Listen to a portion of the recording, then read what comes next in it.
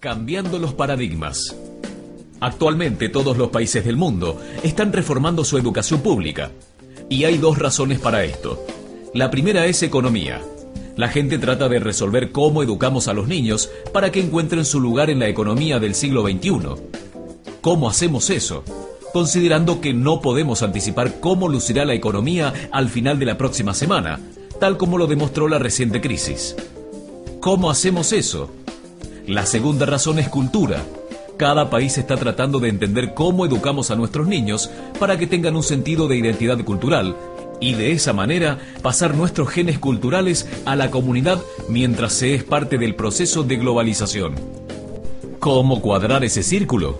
El problema es que tratan de llegar a futuro haciendo lo que hicieron en el pasado y alienando de esa manera a millones de niños que no le ven propósito de ir a la escuela. Cuando nosotros íbamos a la escuela, la historia nos enseñaba que si trabajábamos duro y nos iba bien, obteníamos un título universitario y luego un trabajo. Nuestros niños no creen en eso y por cierto no están equivocados. Es mejor tener un título que nada, pero ya no es garantía y particularmente esto te lleva a dejar de lado lo que para ti es importante.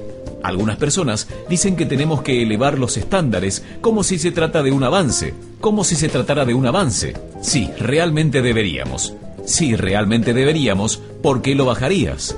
Me he encontrado con un argumento que los persuade de bajarlos, pero elevarlos, por supuesto que hay que elevarlos. El problema es que el actual sistema educativo fue diseñado y concebido y estructurado para una época diferente. Fue concebido en la cultura intelectual de la Ilustración y en las circunstancias económicas de la Revolución Industrial. Antes de mediados del siglo XXI, no había sistema educativo público, realmente no. Podías ser educado por los jesuitas, es decir, si tenías el dinero. Pero la educación pública pagada por los impuestos era obligatoria para todos y de distribución gratuita. Era una idea revolucionaria y muchas personas también la objetaban. Decían: no es posible que muchos niños de la calle y de la clase obrera se beneficien de la educación pública. No son capaces de aprender a leer y escribir. ¿Por qué estamos malgastando el tiempo en esto? Así que esto también fue desarrollado sobre una completa serie de supuestos sobre la estructura y capacidad social, dirigido por un imperativo económico de la época, manejado directamente a través de un modelo intelectual de la mente, que esencialmente es la visión de inteligencia de la Ilustración. La verdadera inteligencia consiste en nuestras capacidades de razonamiento deductivo y el conocimiento de los clásicos y sus nombres, lo que vinimos a pensarlo como habilidad académica. Y esto está en lo profundo de los genes de la educación pública, que realmente hay dos clases de personas, académicas y no académicas, gente inteligente y gente no inteligente. Y la consecuencia de esto es que muchas personas brillantes piensan que no lo son, porque han sido juzgados por esta particular visión de la mente. Así que tenemos doble columna, económica e intelectual. Y mi visión es que este modelo ha causado un caos en la vida de muchas personas. Ha sido fantástico para algunos que se han beneficiado mucho de esto, pero la mayoría de la gente no. En cambio, ellos sufren de esto. Esta es la epidemia moderna y es tan inapropiada como ficticia. Este es el juego del TDAH. Ahora, este es un mapa de TDAH en Estados Unidos o de medicación para TDAH. No me malinterpreten, no quiero decir que no existe el trastorno de déficit de atención e hiperactividad. No estoy calificando para afirmar tal cosa. No soy de la mayoría de los psicólogos y pediatras que sí creen que esto existe, pero es aún algo para debatir. Lo que sí sé como un hecho es que no es una epidemia. Estos niños están siendo medicados tan rutinariamente como nosotros nos sacábamos las amígdalas, basado en los mismos caprichos y en las mismas razones médicas de moda. Nuestros niños están viviendo el período de estímulo más intenso de la historia de la Tierra. Están siendo asediados por información que llama su atención de cada plataforma, computadoras de los iPhones, de avisos publicitarios, de cientos de canales de televisión, y por eso son penalizados, porque se distraen. ¿De qué? De cosas aburridas, la mayor parte de la escuela. Me parece que no es total coincidencia que el incremento del TDAH fue paralelo al incremento de los exámenes estandarizados. A estos chicos se le da Ritalin y todo tipo de cosas con frecuencia, drogas bastante peligrosas. para que se enfoquen y se calmen. Pero de acuerdo a este mapa del déficit de atención, se incrementa a medida que viajas al este del país. En Oklahoma, la gente comienza a perder interés. En Arkansas, apenas pueden pensar correctamente. Y para cuando llegan a Washington, están totalmente perdidos. Y creo que para eso hay una razón aparte. Es una epidemia ficticia.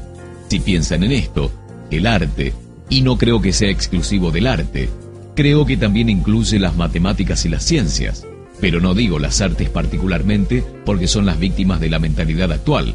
Particularmente, las artes se dirigen especialmente a la idea de experiencia estética, y la experiencia estética es cuando nuestros sentidos operan en su máxima expresión.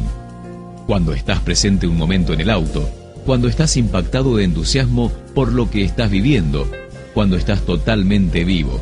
Y lo anestésico es cuando cierras tus sentidos insensibilizándote a lo que está pasando. Y muchas de estas drogas son eso.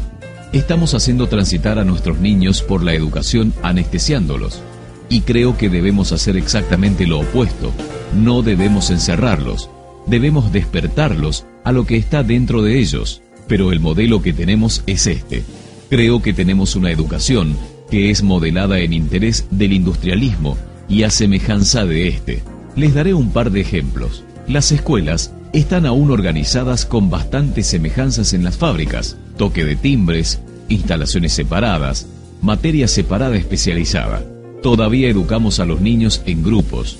Los ingresamos al sistema por grupos de edad. ¿Por qué hacemos eso? ¿Por qué ese supuesto de que lo más importante que tiene en común es la edad?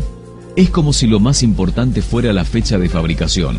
Conozco niños que son mucho mejor que otros niños de su misma edad en diferentes disciplinas, o en diferentes momentos del día, o en mejores pequeños grupos que en grandes grupos, o aún por su propia cuenta. Si están interesados en el modelo de aprendizaje, no se comienza desde una mentalidad de línea de producción. Es esencialmente una mala conformidad que va en aumento. Si miramos el incremento de la estandarización, de las pruebas, planes de estudios estandarizados. Y se trata de la estandarización. Creo que necesitamos ir en la dirección exactamente opuesta. Es lo que quiero decir cuando hablo de cambiar el paradigma. Hay un gran estudio reciente sobre el pensamiento divergente, publicado hace un par de años. El pensamiento divergente no es lo mismo que la creatividad.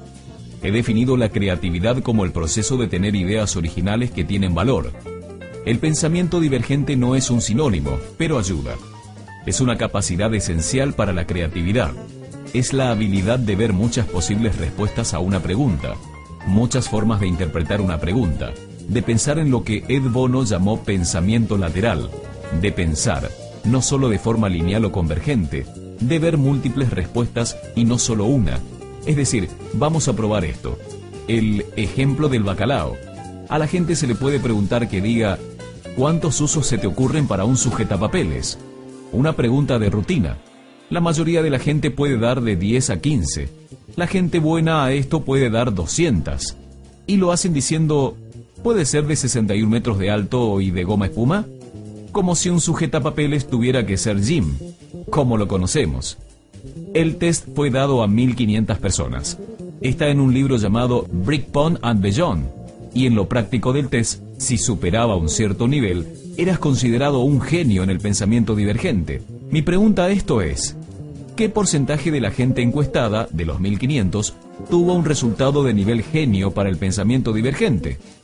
Necesito saber algo más sobre ellos. Eran niños de jardín. ¿Qué piensan? ¿Qué porcentaje de nivel genio? 80. Ok, 90%. ¿80?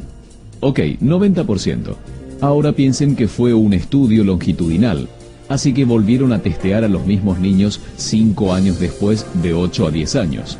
¿Qué piensan? ¿50? Nuevamente lo volvieron a testear 5 años más tarde, de 13 a 15 años de edad. Pueden ver una tendencia. Esto nos cuenta una historia interesante, porque pueden imaginar que va al revés, o no. Comienza no muy bien, pero te vuelves mejor a medida que creces. Pero esto nos muestra dos cosas. Una es que todos tenemos esta capacidad. Y dos, en su mayor parte, se deteriora. Ahora, ¿qué pasa con estos chicos cuando crecen? mucho. Pero una de las cosas que más convencido estoy es que para entonces se vuelven educados. Pasan 10 años en la escuela donde le dicen que hay una respuesta y está al final. Y no miren, y no copien, porque eso es engañar. Fuera de la escuela a eso le llaman colaboración, pero estamos adentro. Esto no es porque los maestros lo quieran así, sino porque simplemente pasa así. Es porque está en la reserva energética de la educación. Debemos pensar diferente sobre la capacidad humana. Tenemos que superar esta vieja concepción sobre lo académico y lo no académico, abstracto, teórico, vocacional, y ver lo que es, un mito. Y en segundo lugar, debemos reconocer que la mayoría del gran aprendizaje sucede en grupos donde la colaboración es la fuente de crecimiento. Si atomizamos a la gente, si los separamos, que trabajen separados, creamos una especie de disyunción entre ellos y su ambiente natural de aprendizaje. Y en tercer lugar, es crucial para la cultura de nuestras instituciones los hábitats de nuestras instituciones y los hábitats que ellos ocupan.